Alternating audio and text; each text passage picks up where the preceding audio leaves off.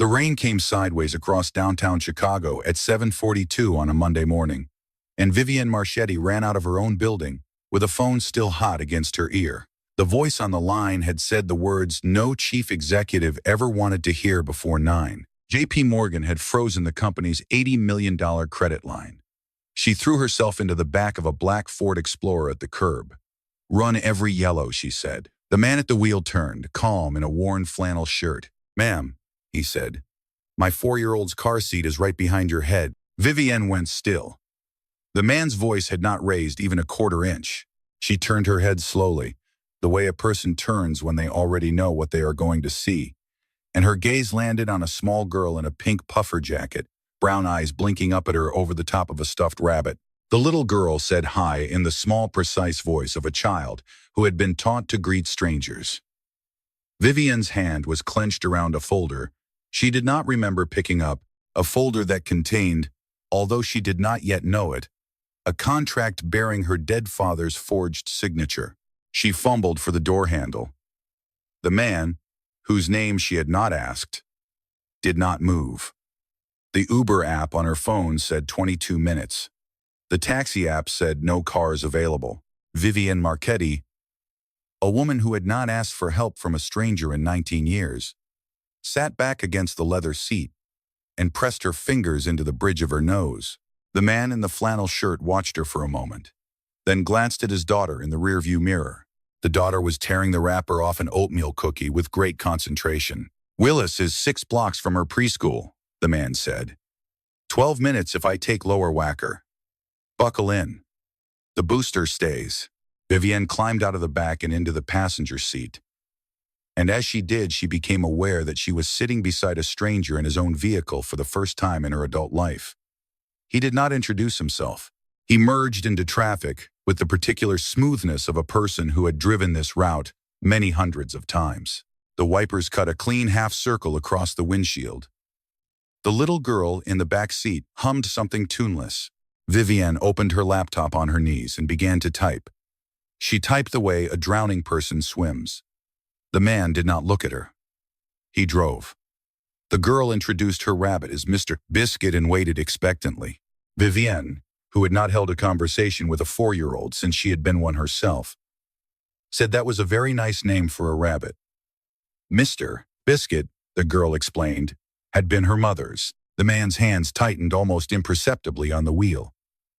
Vivienne, who noticed everything because noticing was what had made her a chief executive at 31, noticed that, at the red light on Whacker, the man's eyes flicked sideways toward her screen.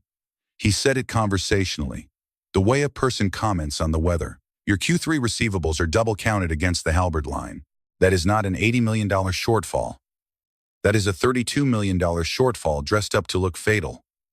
Vivienne stopped typing. She turned her whole body toward him. "Who are you?" she said. The man shrugged. "A guy whose daughter needs to be at preschool by 8. The light turned green. He drove." Vivienne did not type another word for the rest of the trip. She was committing his face to memory. He let her out at the base of Willis Tower at 7:56. He handed her a small white card through the open window. The card said only Adrian Hale and a phone number. No title, no company, no website. By the time she thought to ask what he did, the Explorer had already turned west on Adams and disappeared into the rain. At 8:58, Vivienne walked into the boardroom on the 67th floor of Marchetti Holdings, and she carried 2 things with her. One was the white card. The other was the certainty, brand new and unwelcome, that the most dangerous person in her morning had not been the banker who had called her at 7:40. The boardroom had not been built for daughters. Vivienne's father had built it in 1996, the year she was born, and every chair around the long walnut table had been measured for a man 6 feet tall. The board had voted her down 3 times on new chairs. They voted her down on small things and on large things, and the voting always took the same shape. Half the room nodded along with whatever Gregory Thorne said next. The other half nodded along with that half. The chief executive officer, who was 34 years old and carried the same last name as the building they were sitting in, was nevertheless always the last person to be heard out at her own table. Robert Marchetti had built the company from a single warehouse in Cicero in 1988 and grown it into a mid-market industrial holding firm with $800 million in annual revenue, 3 Midwest subsidiaries, and a credit facility large enough to keep 940 employees in healthcare and mortgages. He had been careful in every way except one. He had not written a transition plan because he had not bothered to imagine dying. When he had keeled over at his desk on a Tuesday afternoon 3 years ago, his hand still on the phone, his daughter had been left to inherit not only the company but the room of men he had built it with, none of whom had quite forgiven her for being 31, and a woman and his. Gregory Thorne had been chief financial officer of Marchetti Holdings for 22 years. He had been at her father's wedding. He had been at her father's funeral. He had stood next to her at the funeral, his hand at her elbow in the way that a man steadies a horse, and had whispered that her father had asked him to look after her. He had said it like a promise. He had said it like a gift. Vivienne, 28 at the time, had taken it as both. She had not known then that grief makes a person stupid. She had not known that grief makes a person take the first hand that is offered, because grief cannot bear to look up and find no hand at all. This morning, he placed a leather portfolio in front of her at the head of the table and slid it forward with 2 fingers. Marchetti Holdings, he said, was in covenant breach with J.P. Morgan as of close of business Friday. The credit facility was frozen. The company had 96 hours to inject $80 million or default into technical bankruptcy. The only viable solution, he continued, in the gentle and regretful tone of a doctor delivering a diagnosis, was the offer that had landed on his desk that morning from Halberd Equity. Halberd was prepared to buy 51% of the company at what Thorne called a supportive valuation. The supportive valuation was, in fact, 1/3 of fair market. He delivered the news in the slow and deliberate way that a man delivers news he has rehearsed. He paused at the right places. He folded his hands on the leather portfolio. He looked, in his charcoal suit and his silver hair and his expression of paternal regret, exactly like the man Robert Marchetti had trusted with his ledgers for 22 years. 2 of the older directors, men who had played golf with her father, were already nodding. The youngest director, a venture capitalist appointed by the family trust, was looking at his phone. None of them, Vivienne realized with a slow, cold certainty, were looking at her. Vivienne asked to see the underlying numbers on Q3 receivables. Thorne smiled. It was a kind smile. "Vivienne," he said, "your father trusted me to handle these things. Don't make this harder than it has to be." 11 heads around the table turned toward her in the practiced choreography of a board that had already decided. Vivienne felt her throat close. She felt the chair beneath her, the chair built for a man, and she felt the words, "Your father, your father, your father," the way they had been used against her in every meeting since she had taken this office. She nodded once, because she had learned that nodding bought time. She said the board would reconvene on Friday morning to vote. The room emptied. Vivienne sat alone at the long walnut table and listened to her own pulse. Then she pulled the white card out of her pocket and dialed the number. The phone rang 3 times. A child's voice answered. "Daddy's hands are wet," the voice said, very seriously. "Are you the lady from the car?" Vivienne, sitting on the 67th floor of the building her father had built, in the chair her father had sat in, looked out the rain-streaked window at the gray river below and laughed for the first time in 11 days. "Yes," she said, "I am the lady from the car." The girl said okay, in a tone of immense satisfaction, and put the phone down on what sounded like a kitchen counter. Vivienne heard a man's voice in the background. Surprised. Then close. Adrian Hale came on the line. She told him she needed to see him. She told him she would meet him anywhere. She told him she would pay him whatever he asked. He told her there was a coffee shop on Halstead, a block from his daughter's preschool. He could meet her there in 40 minutes. Vivienne arrived in a Tom Ford suit and stepped over a drift of crayons on the floor to reach his table. Lily was tucked into the booth beside her father, drawing what appeared to be a horse. Adrian had a paper cup of black coffee in front of him, and a smaller cup of warm milk in front of his daughter, the milk topped with a small heart of chocolate syrup. The coffee shop played folk music too quietly, and 3 other parents in fleece jackets were drinking coffee at the windows. Vivienne, who had walked into rooms her whole life, expecting them to rearrange around her, felt for the first time in years like the person who did not belong. Vivienne slid an iPad across the formica. "Tell me," she said, "everything you saw in 12 minutes." Adrian took a green crayon out of his daughter's hand, and his daughter, without looking up, handed him the green crayon. He used it to circle 3 lines on the balance sheet on the screen. He used it to draw an arrow connecting 2 cash flows that were supposed to be unrelated.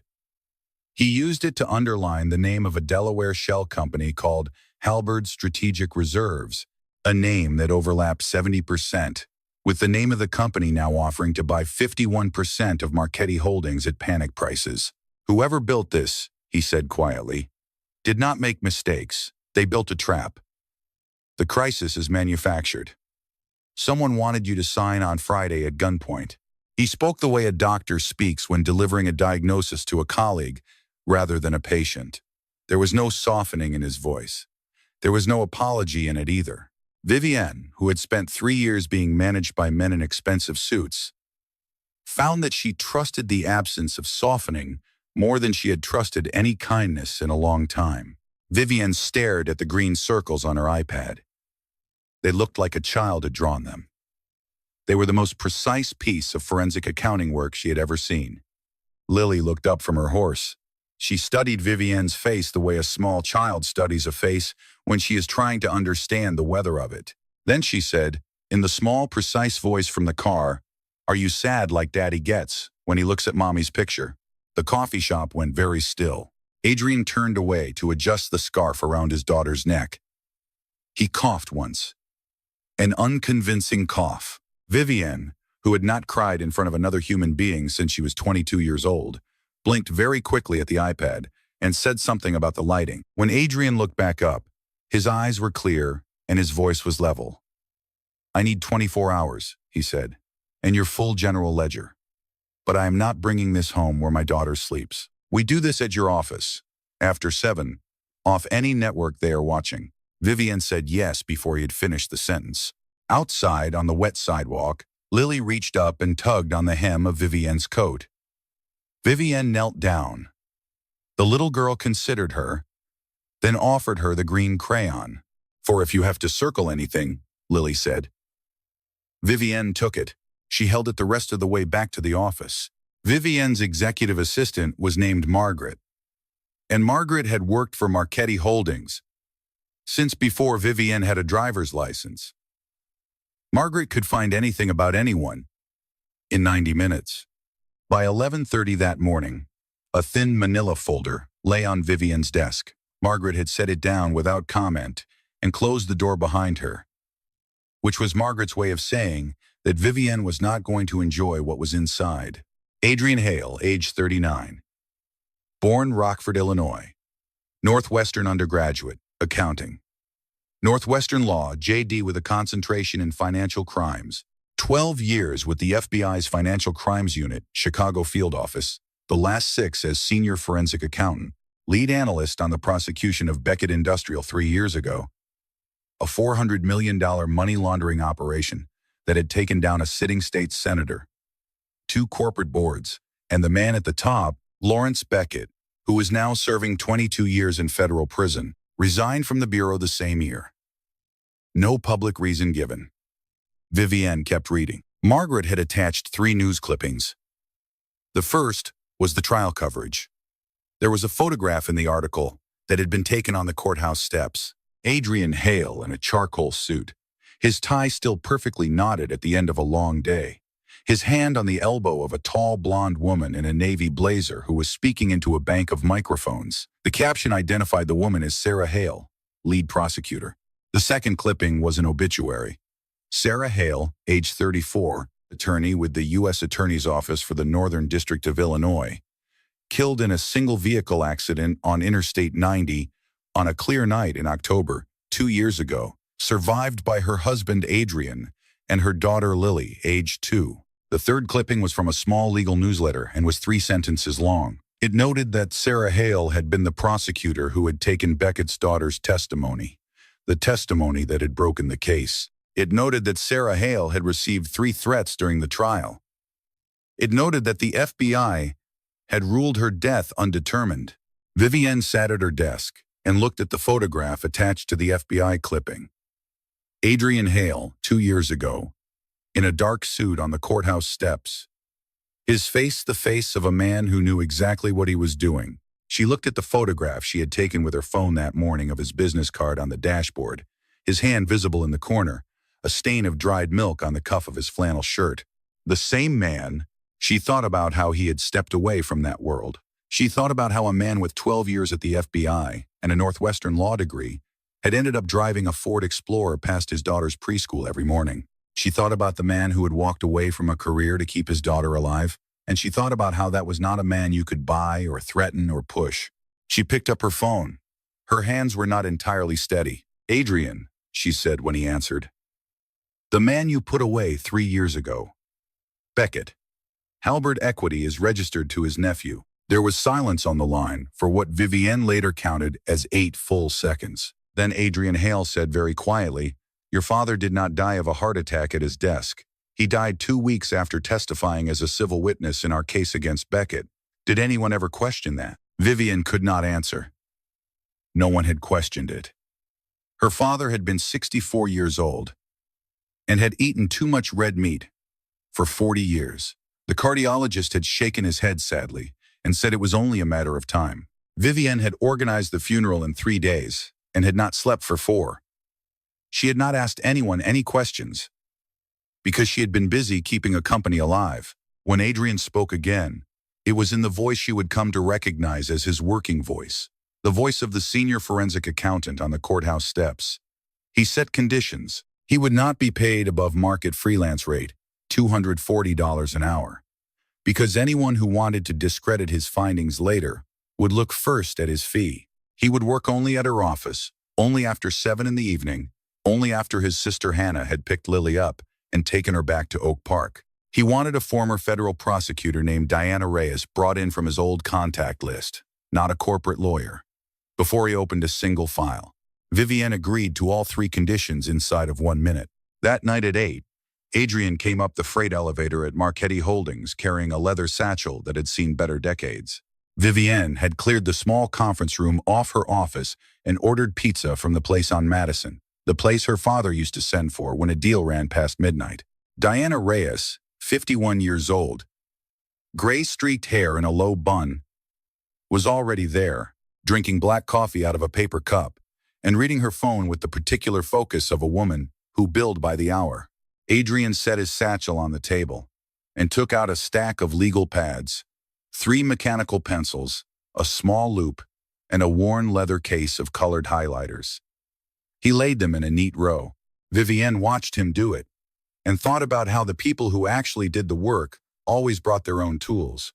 Adrian unrolled the documents across the conference table. For the first time, Vivienne watched him work. He was a different man at a desk. The flannel shirt and the dried milk and the gentle hand on his daughter's shoulder were all still there, but underneath them was a person whose fingers moved across a balance sheet, the way a concert pianist moved across keys. He found the first irregular wire transfer in 9 minutes. He found the second in 14. He did not announce the findings the way a junior consultant would have announced them.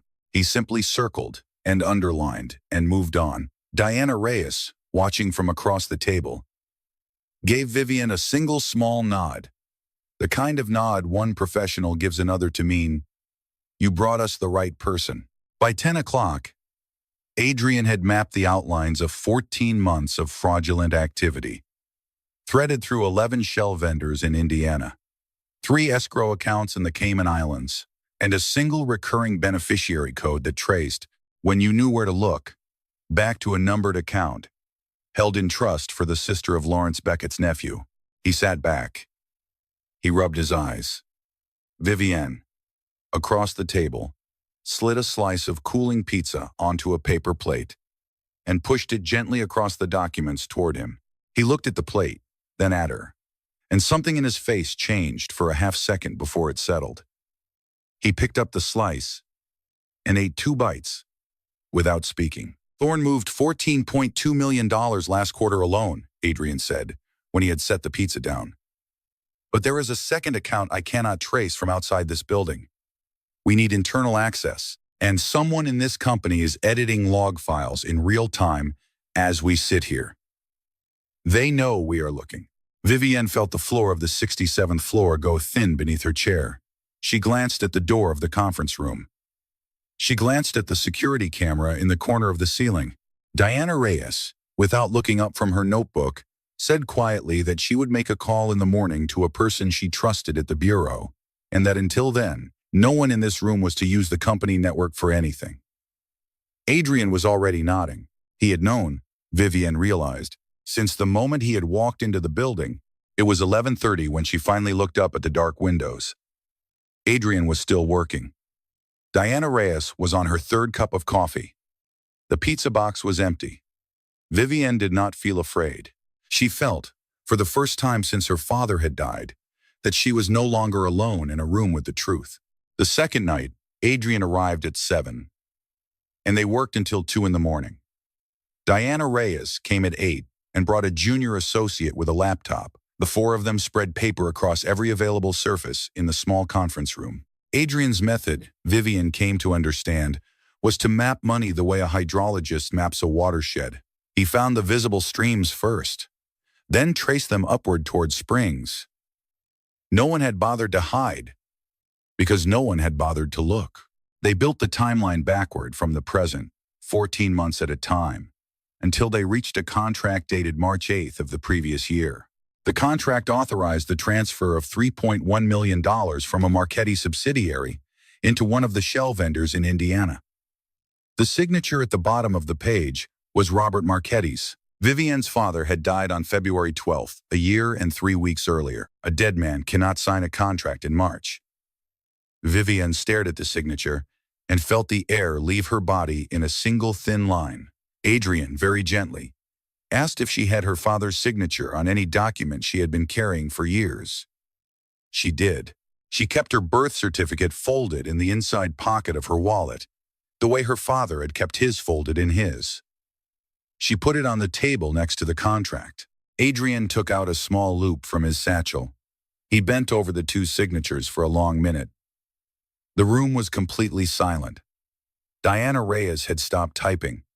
The junior associate had stopped breathing. Then he straightened. "Forged," he said. "The pressure on the downstroke is wrong. Your father wrote with his whole hand. Whoever did this wrote with their wrist. It is a good forgery. Whoever did it had 3 years to perfect it on smaller documents before they used it here." Vivienne began to cry.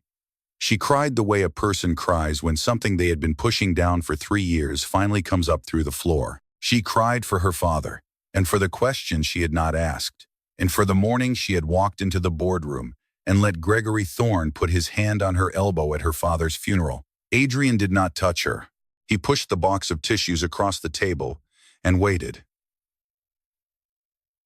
Diana Reyes, in the corner, made a note in her notebook and politely stopped looking up. Vivienne's phone buzzed on the table. Unknown number. 1 line of text. "Your father stopped asking questions," the message read. "You should too." Adrian read it over her shoulder. His face went the color of old paper. He stood up and crossed the room in 3 steps and pulled her chair away from the window, away from the open angle of glass that looked out across the city, away from any line of sight a person might have from a building across the way. Diana Reyes was already on her phone, calling someone Vivienne did not know, in a voice Vivienne had not heard her use before. "We are not staying here tonight," Adrian said. Adrian took her to his apartment in Logan Square, because the office was no longer safe, and a hotel was too easy to find. Hannah had brought Lily home at 11. The little girl was asleep on the couch in her flannel pajamas, Mr. Biscuit tucked under her chin. The lamp by the couch left on the way. Adrian always left it on. Adrian touched his daughter's forehead with the back of one finger, and then guided Vivienne quietly into the kitchen. It was 2 in the morning. The kitchen had a small wooden table, a window over the sink, and a single yellow lamp. Adrian made chamomile tea because it was what he made his daughter when she was scared. He set a chipped mug in front of Vivienne, and another in front of himself. And for a long time, neither of them spoke. Vivienne sat with her knees drawn up to her chest in a $1,000 suit. She looked, Adrian thought, like a person who had finally come to the end of a road she had been running down for years, without permission to stop. "Why are you still helping me?" she said. "You walked away from this world for a reason." Adrian wrapped his hands around his mug. The yellow lamp made a soft circle on the table between them. "Because 2 years ago I let them close Sarah's file," he said. "I told myself Lily needed me alive more than Sarah needed me right. I have been wrong about that every day since. I am not making that trade twice." Vivienne nodded slowly. Then she said no one had asked her if she was okay since her father died. Adrian considered her across the small table. "Are you?" he said. "No," she said. "Okay," he said. "That is a place to start." They talked then, in the careful way people talk at 2 in the morning when the day has hollowed them out. They talked about Sarah, and how she had laughed at his terrible jokes, and how Lily had her exact eyebrows. They talked about Robert Marchetti, and how he had been proud of his daughter in a way she had not been able to feel until after he was gone. They talked about how being a parent and being a chief executive were not as different as people thought, because both jobs were about carrying the weight of someone else's continuing.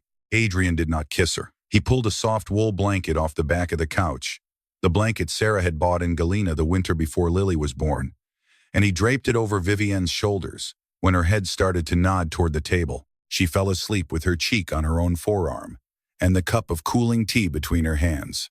In the morning, Lily padded into the kitchen in dinosaur socks and stopped dead at the doorway. Her eyes went very large. Then she wheeled around, ran back down the hall, and announced at full volume from the doorway of her father's bedroom, "Daddy." The lady stayed. Adrian, in the kitchen, in the act of cracking an egg into a pan, almost dropped the pan. Vivienne lifted her head from the table and laughed. It was the second time in 11 days. She was beginning to suspect there was a pattern. His phone rang on the counter. It was Diana Reyes. The FBI had been watching Halbert Equity for 6 months on an unrelated counter-fraud investigation. 2 of Diana's old contacts in the bureau had been on the phone since 5 in the morning. They wanted a meeting at 9. They wanted Vivienne to wear a wire. At 11 on Thursday morning, Vivienne walked into Gregory Thorne's office on the 65th floor, with a recording device taped beneath the lapel of her blazer. Adrian was 2 blocks away in a federal building, sitting at a metal table with 2 agents and Diana Reyes, listening through a single headphone. He had spent 2 hours the previous night teaching Vivienne the exact sentences that would push a man like Thorne over the edge. He had made her practice flat, then sad, then small. Thorne, he said, would only break for one of those 3. Vivienne had asked which one. Adrian had said small. Men like Thorne, he said, never miss the chance to feel large. Vivienne sat down in the leather chair across from Thorne and let her shoulders drop the way Adrian had told her to. She made her face the face of a woman who had not slept and was about to surrender. She told Thorne she had decided. She would sign on Friday. She would take the Halbert offer. She just wanted, before she did, to understand from him why her father had agreed to start this in the first place. Thorne, who had been looking at her with the soft, sympathetic eyes of a family friend, leaned back in his chair. His mouth changed. He had been undisputed in this building for 22 years. 22 years of nodding boards. He could not, in the end, resist explaining himself to Robert Marchetti's daughter. "Your father," he said, "should have stayed retired. He should have left things alone after he testified. He didn't. You should sign before you make the same mistake he did." Across town in the federal building, Adrian closed his eyes for 1 second. Diana Reyes wrote a single word on her notepad and underlined it twice. The agent in the next chair reached for his phone. Friday morning at 9, the board reconvened on the 67th floor. 11 men and 1 woman around the long walnut table. The same 2 older directors, the same venture capitalist on his phone, the same particular silence that had sat in this room since Robert Marchetti had stopped sitting at the head of it. Gregory Thorne smiled and pushed a fountain pen across the polished wood toward Vivienne Marchetti's place. She did not pick it up. Instead, she set a thick folder on the table, opened it, and began to read aloud. She read in the same flat, clear voice she had used on Thorne the day before. The voice Adrian had taught her at the kitchen table at 1 in the morning. She read the wire transfers. She read the shell vendors. She read the names of the 11 Indiana corporations, each of which existed only on paper, and each of which had been paid by Marchetti Holdings for services it had never rendered. She read the routing numbers of the 3 escrow accounts in the Cayman Islands. She read the name of the numbered account held in trust for the sister of Lawrence Beckett's nephew. When she got to the dollar figure of $14.2 million, the door of the boardroom opened, and 2 FBI agents in dark suits stepped inside, with Diana Reyes 1 step behind them and Adrian Hale 1 step behind her. Gregory Thorne stood up halfway, then sat down. The senior agent crossed the room and put his hand on Thorne's shoulder.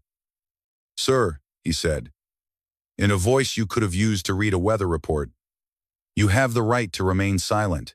At the same minute, in a glass office on the 42nd floor of a different building, 2 more agents were placing handcuffs on Lawrence Beckett's nephew.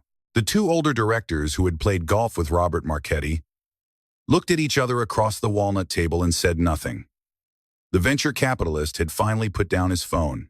Vivienne, still standing at her own seat, watched Thorne be walked out of the boardroom and felt, for the first time in 3 years, that the chair she was about to sit back down in was actually hers. By 10:04, the first call from the FBI's Chicago field office had reached the J.P. Morgan compliance desk. By 10:14, the credit facility on Marchetti Holdings was unfrozen. The deadline had been 10 on the dot. The company had been saved with 14 minutes to spare. Vivienne walked out of the boardroom on legs she did not entirely feel. In the hallway by the elevators, the senior agent turned to her with a folder of his own under his arm. "Ma'am," he said, "the file on your father's death, we are reopening it on Monday." 10 days later, Vivienne Marchetti drove herself to Logan Square. There was no driver. There was no security detail trailing 2 cars back. There was a Volvo wagon she had bought used the previous Tuesday because it had 4-wheel drive and a child seat anchor system, and she parked it on the street outside the brownstone where Adrian Hale lived with his daughter. She had spent the 10 days doing the work of putting a company back together. She had fired 3 vice presidents. She had hired 2 outside auditors. She had attended a small private memorial that Adrian had organized in a chapel in Rogers Park for Sarah on what would have been her 37th birthday, and she had stood at the back and not introduced herself to anyone, because the day had not been hers, and she had spent the nights in her apartment on Lakeshore Drive thinking about a man in a flannel shirt and a small girl with a stuffed rabbit, and about all the ways a person could be wrong about what their life was supposed to be. Lily flung the door open before Vivienne had finished knocking, threw her arms around Vivienne's knees, and informed her with great seriousness that there were chocolate chip pancakes. Adrian appeared behind his daughter holding a dish towel.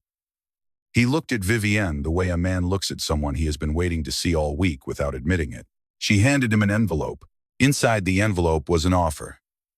The position was Chief Risk and Compliance Officer of Marchetti Holdings.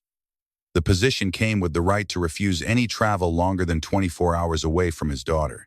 It came with a work-from-home allowance of 3 days a week, enforceable in writing. It came with a private security detail for his family, paid for by the company, until the FBI declared the threat closed. It came with an unconditional veto over any transaction Adrian flagged as risk to the firm, even if the chief executive officer disagreed.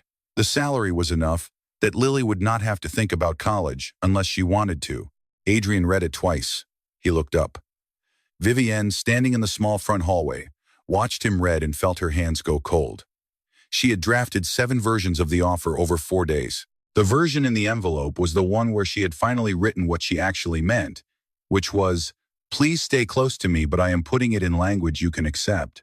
He folded the letter carefully and set it on the small table by the door. In the kitchen, Lily was pulling a stool toward the counter, narrating to Mr. Biscuit what they were about to do. "I will take the job," he said, "but not for the salary, and not because of you." Vivienne held her breath. "For her," he said, with a glance back through the kitchen doorway at the small girl now climbing onto a stool to reach the syrup. "So she grows up knowing her father did not run from the work that mattered. So she grows up knowing that the people who hurt her mother answered for it. That is a thing I want her to inherit. And one condition. What? Said Vivienne. You let me drive you next time, he said. Properly. She laughed. It was the third time. And now, she was certain. It was a pattern. Lily appeared in the hallway with chocolate syrup on her chin and dragged both adults by the hand into the kitchen, where she had laid out 3 mugs of warm milk on the table. The mug in front of Vivienne's chair had a heart of syrup floating on the surface. Vivienne sat down in the chair Adrian had pulled out for her and looked at the heart and at the small girl beaming on the other side of the table and at the man pouring orange juice with the careful concentration of a person who had stopped expecting to be happy and was relearning it from scratch. It was, Vivienne thought, the first morning of the rest of a life she had not known she was allowed to want.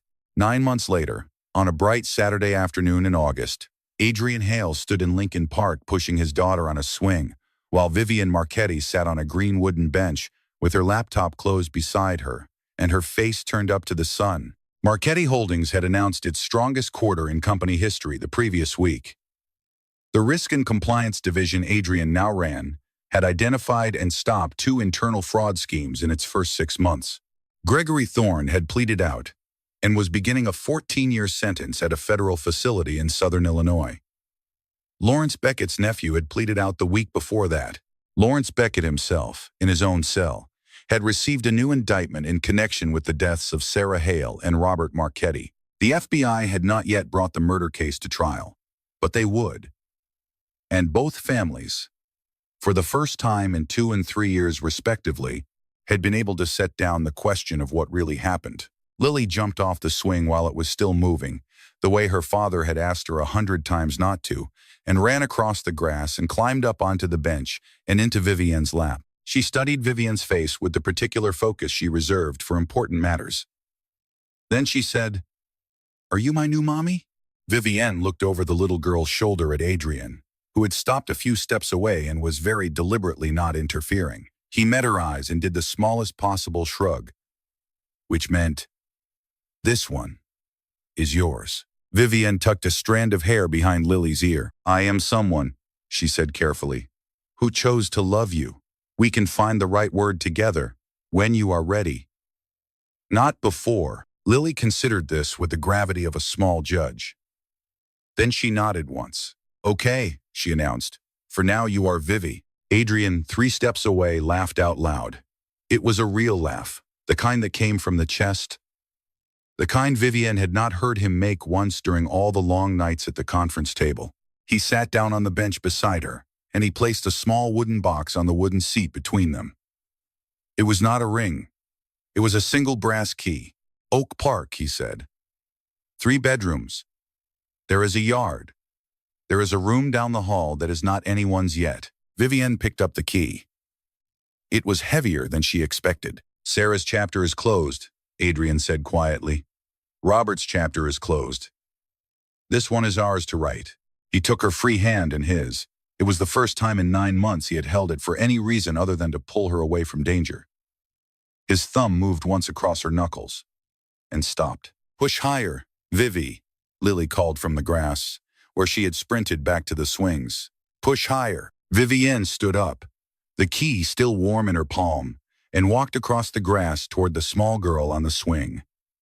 The afternoon light came down through the oak leaves in long gold ribbons. Lily kicked her legs and shrieked in delight as Vivienne caught the chains and pushed her higher into the blue Chicago sky. On the bench, Adrian Hale closed his eyes for 1 full second, the way a man closes his eyes when he wants to remember exactly where he was and who was with him on the day his life became good again. Then he opened them, stood up, and walked across the grass to join his family.